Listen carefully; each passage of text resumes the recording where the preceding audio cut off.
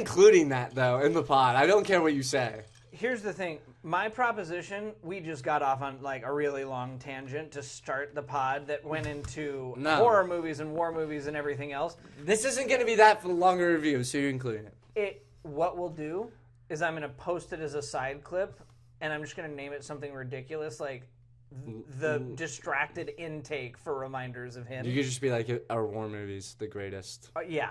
And we'll do that. God, but come on, dude. It'll get up. Don't worry. Reminders of him. Colleen Hoover is now got 4 success stories in theaters. It made $90 million profit.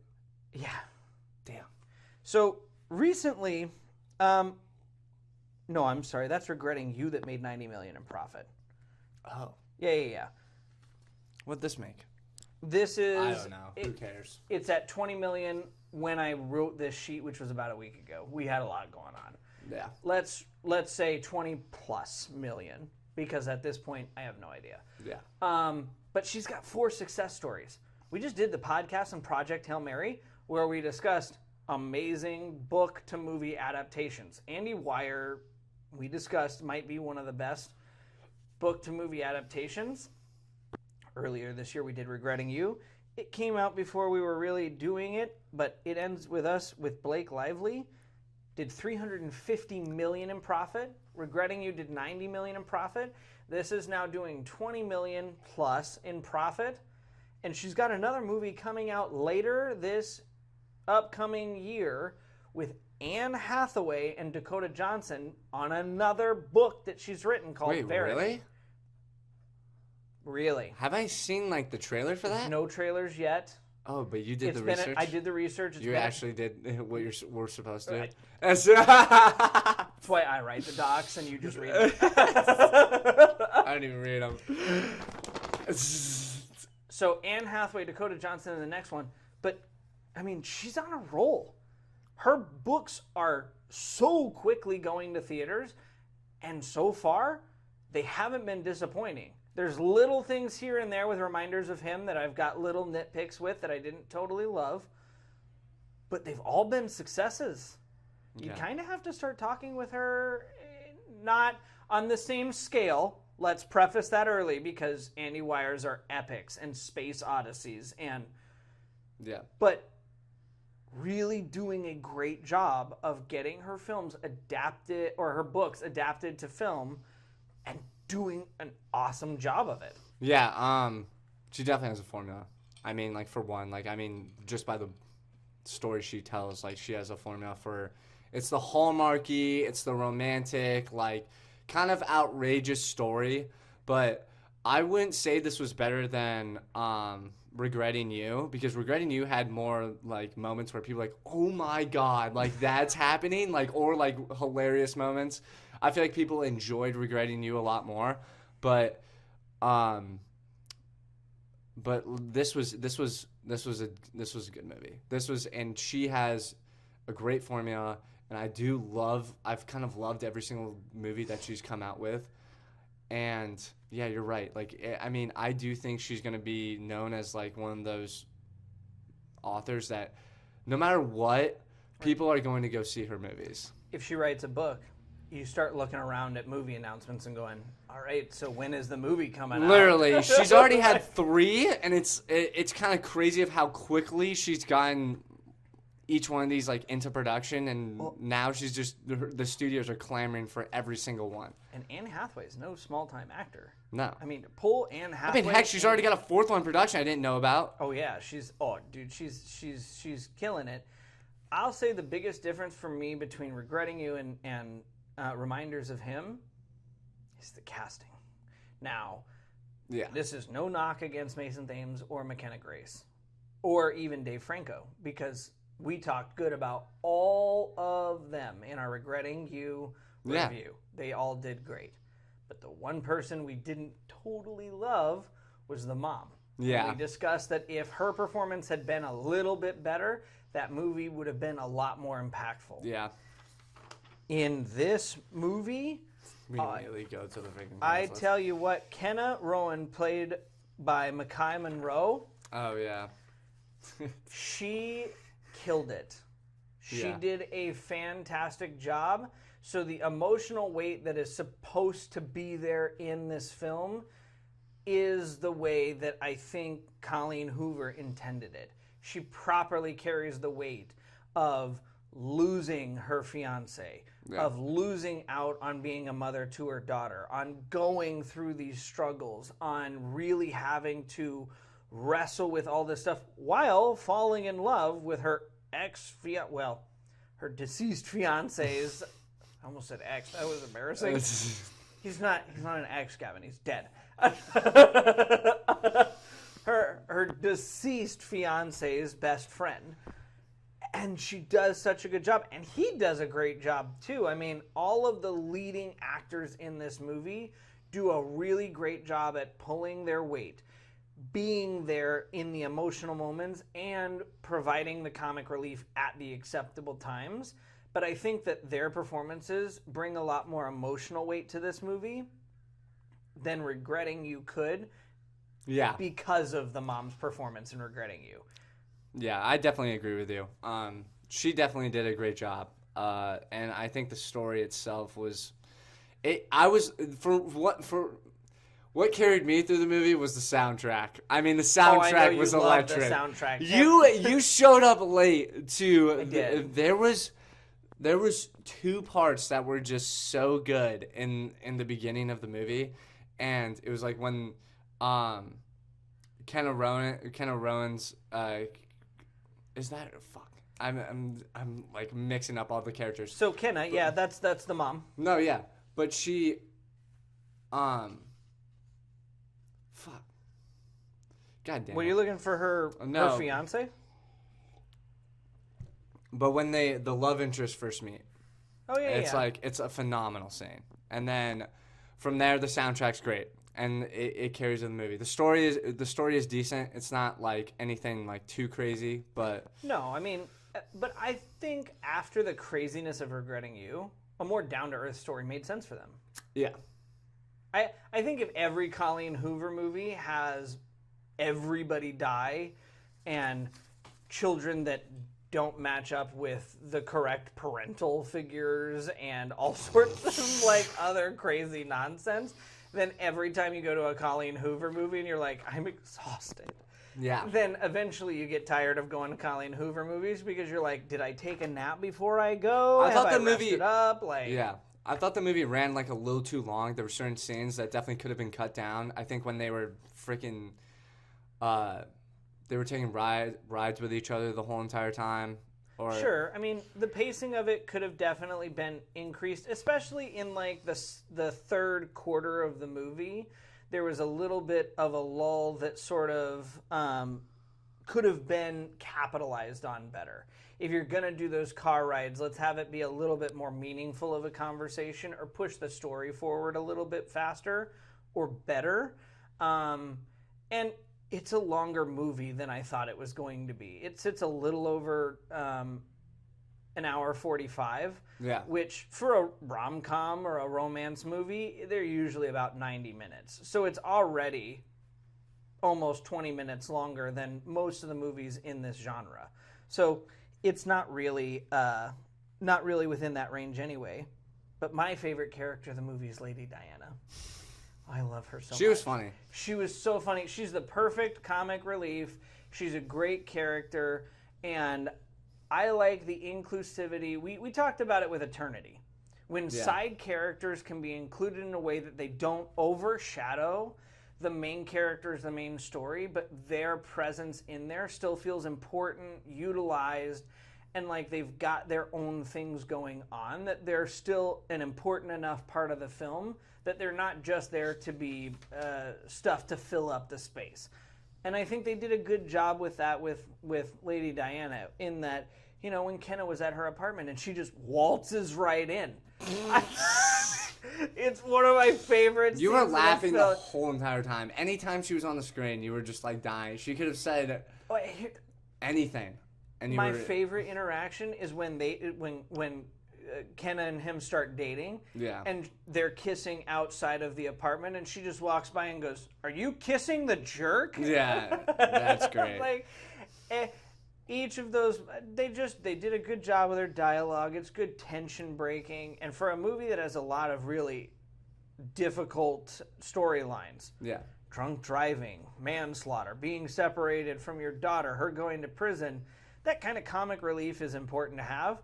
And they did a really great job with, hey, she's not in here to be made fun of. She's in here to be a kind of a nice comic relief and good character that's very heartwarming. The pacing of the movie was good too. It's like there's no like lulls. I mean, there's not huge lulls. Huge lulls, but the pacing of the movie is good, and then the writing wasn't like that too cringy. It did get cringy at some moments. A little, I here was and like, there. what the heck are we like saying sort of towards the end of the movie? I was like, what is going on? The end was the cringiest part. And then when they first are kind of like they know they're attracted to each other, and then their first kiss was kind of like, what the heck are we doing here? That was just out of nowhere, to be honest, because they just got into a fight. And they were being very protective of the daughter, and then all of a sudden, like, they're making out in her apartment. I'm like, what is going on here? But, no, I mean, like you said, I think the emotional beats is, like, what carries this movie. The soundtrack's amazing. And the character development is good, too. I mean, it's a good story because, you know, it is it's a very tragic story, and they do a good job of, like, kind of going into the characters' backstories a little bit, but they do just focus on the present more. And yeah, I think the main character like is what kind of carried me through the whole entire thing. How she deals with coming out of prison, getting her life back together, and then them sort of going back to their relationship and how they were in the past. They mix that in pretty well, like ever so often. And like Colleen Hoover just does a great job at. I was surprised there wasn't any like shocking moments, like twists or anything, because that's what I was expecting when I watched Regretting You. But no, it was a good consistent film. Like, it was, and I would say this is a good streaming movie. Like, and it's not probably going to be the most successful one out of like the three movies that you know, It Ends With Us or Regretting You, but. No, it was a good streaming movie. It was a very enjoyable time, and even the soundtrack alone, like that will like carry you through the whole entire film. Oh yeah, dude, the soundtrack was so good, and it's really funny because I'm usually the one who geeks out over music. So the fact that every single time a new song would come on, you were like, "Oh yeah, dude, banger!" Like it was so good. Yeah. And they really did do a great job with the soundtrack because everything either brought you down and into the emotions or uplifted you and.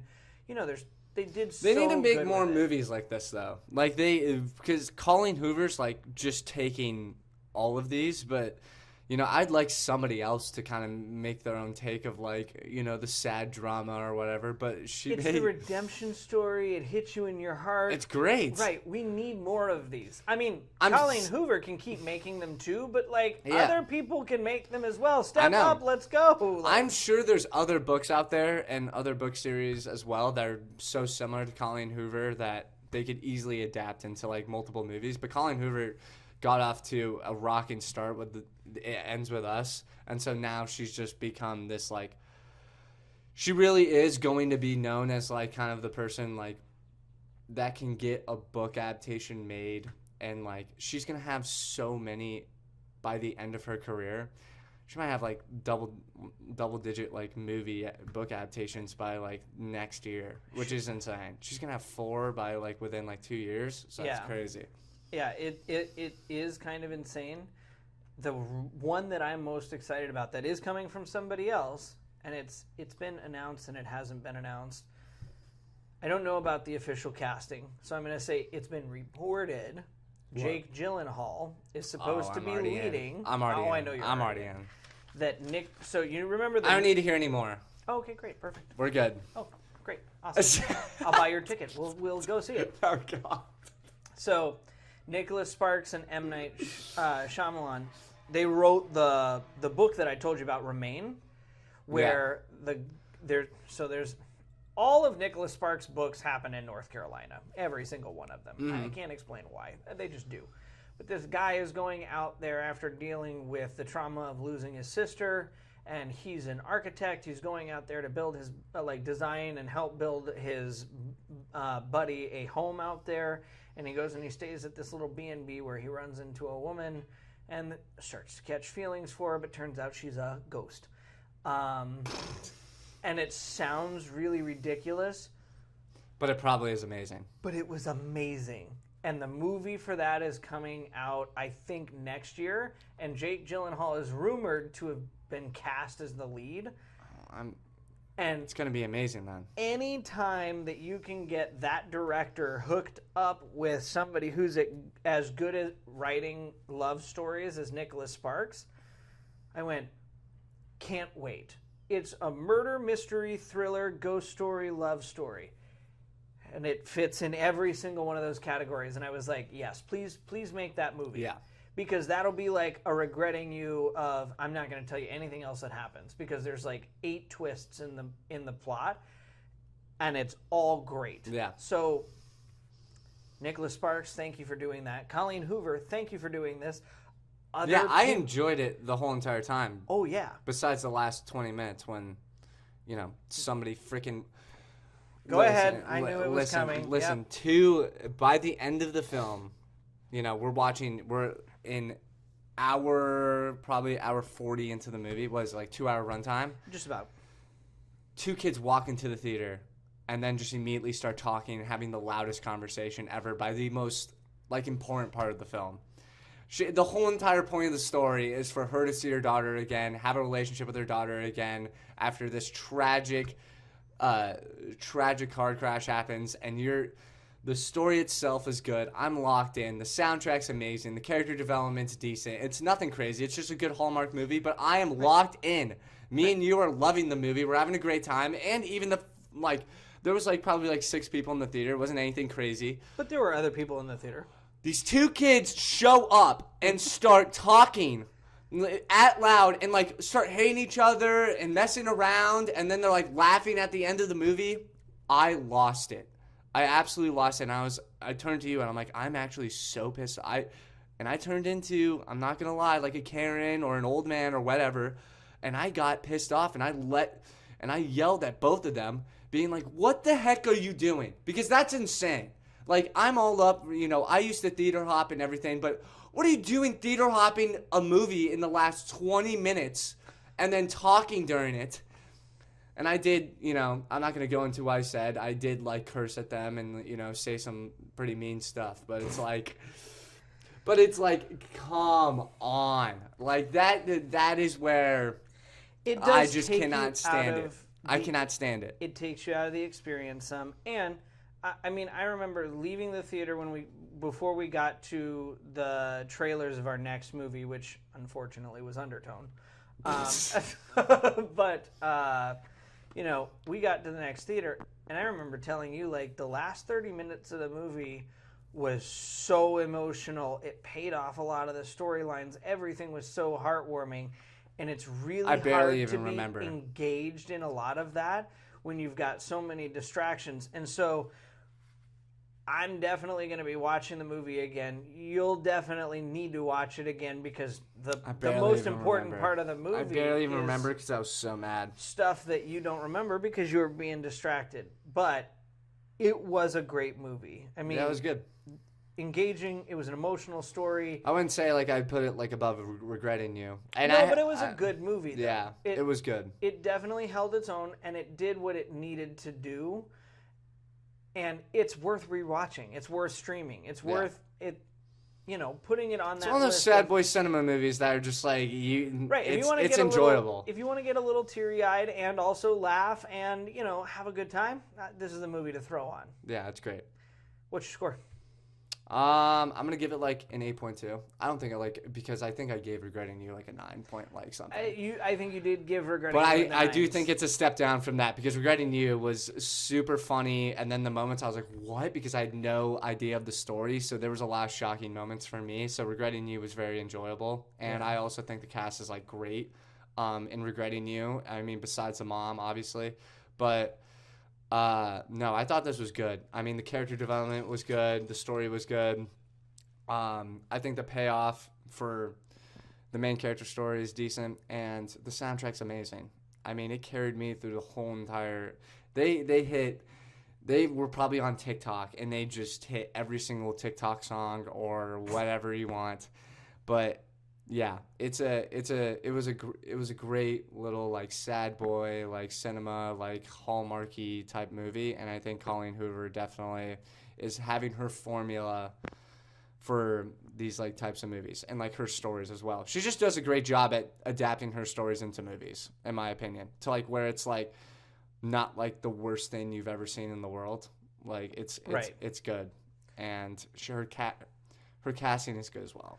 Yeah. She does a great job at picking her cast, and like the characters that are going to adapt her characters in the story are really good. Yeah, 8.4 for me. I wasn't taking as much out of the last half an hour. So the last half an hour had me fighting back a little bit of tears because it was really good and emotional. But like I grew up in a family of 7, so my ability to disassociate when annoying people are making loud noises that they shouldn't is really high.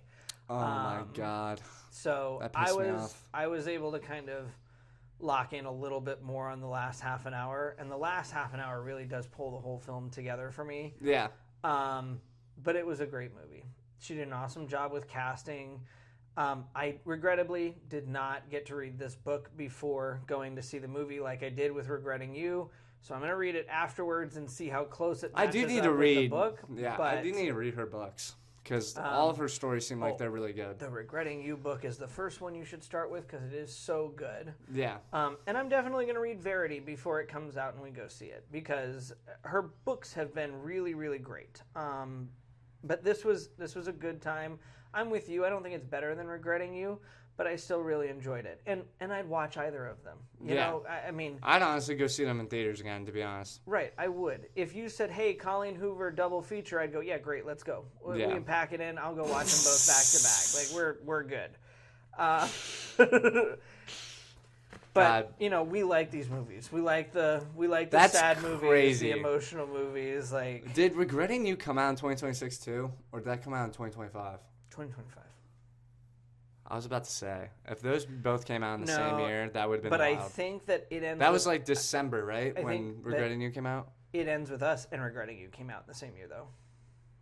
And You're I right. think We weren't on video yet. We weren't on video yet, and right. I think that it is possible that reminders of him, and I have to check the release date for Verity, but Verity may come out this calendar year.